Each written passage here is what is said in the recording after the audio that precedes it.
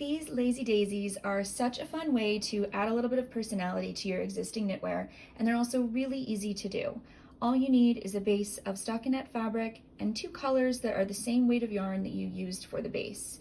So taking the yarn, thread it onto a tapestry needle. You want to start with the color that you want the petals to be. Choose where on the fabric you want your center of the flower to be, and bring the needle up from the back of the work. You can leave a little bit of a tail here so it doesn't pull all the way through and undo your embroidery while you're working on it, but then you can tie it off and trim it after you're finished. Then to make the first petal, you're going to go back into the same place where you just came out and bring the needle up where you want the tip of that petal to be. You're going to draw through almost all the way, but before you pull that loop all the way through, you want to insert the needle down into that loop and then pull it back.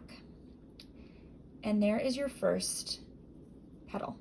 To secure that, you want to go back down into the back of the fabric, one bar or one little stitch away from where you came out, just to secure that. And if you go back into the same place, it might pull back through to the back of the fabric. So you just want to go about one bar away and just pull that to secure, and there's your first petal.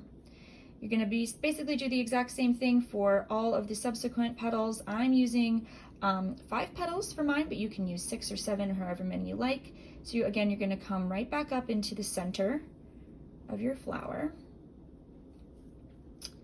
Then go back down into the center, bring the needle up where you want your next petal to tip to be. And don't draw that all the way through. You want to leave this little loop so you can insert your needle down into that loop and pull it back like this. And then again, go down one bar or stitch away from where you came out just to secure the tip of that petal down.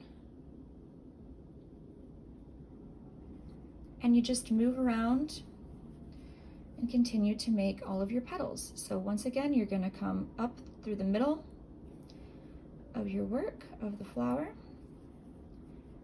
go right back down into that same place, and then bring the needle up where you want the tip of that petal to end.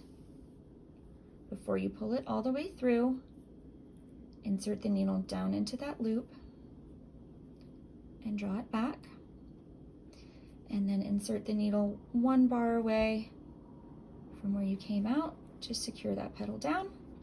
I'm going to create these next two, and then I'll show you how to make the French knot for the center of your flower. Once you have all of your petals complete, you're ready to add the center French knot. So you want to go ahead and thread the color that you're using for the center onto your tapestry needle, and you're going to insert the needle up through the middle of that flower again. I am going to leave a little bit of a tail once again, and then you want to lay the needle over top of that working yarn and wrap it around the needle 3 times. Then you need to keep a little bit of tension with this working yarn. So what I like to do is just hold my thumb down here to keep that stable while I'm completing this stitch. So you're going to insert your needle back into the center, but ever so slightly away from where you came out, and that's just going to prevent this French knot from pulling through to the back of the fabric. So then you just go ahead and pull the needle through, and as this loop starts to get a little bit smaller, you can go ahead and let go with your thumb and complete that. You don't want to pull it too tight. I like it when it's a little bit looser, and it keeps these kind of a little bit more robust. Then I'm just going to trim that and work a second one. So to show that to you again, you're just going to insert your needle up through the center of your flower, pull it through, leaving a tail. Then you want to lay your needle over top of that working yarn and wrap it around 3 times. Then, keeping some tension with that working yarn, insert the needle back down into the center of the flower ever so slightly away from where you came out. As that loop starts to get smaller, you can release your thumb to complete the French knot. Don't worry if your flowers aren't perfect. I actually think that when they have a little bit of asymmetry to them and they're a little bit wonky, they actually look even more charming. So I hope you enjoyed this tutorial and that you'll be adding lazy daisies to all of your knits.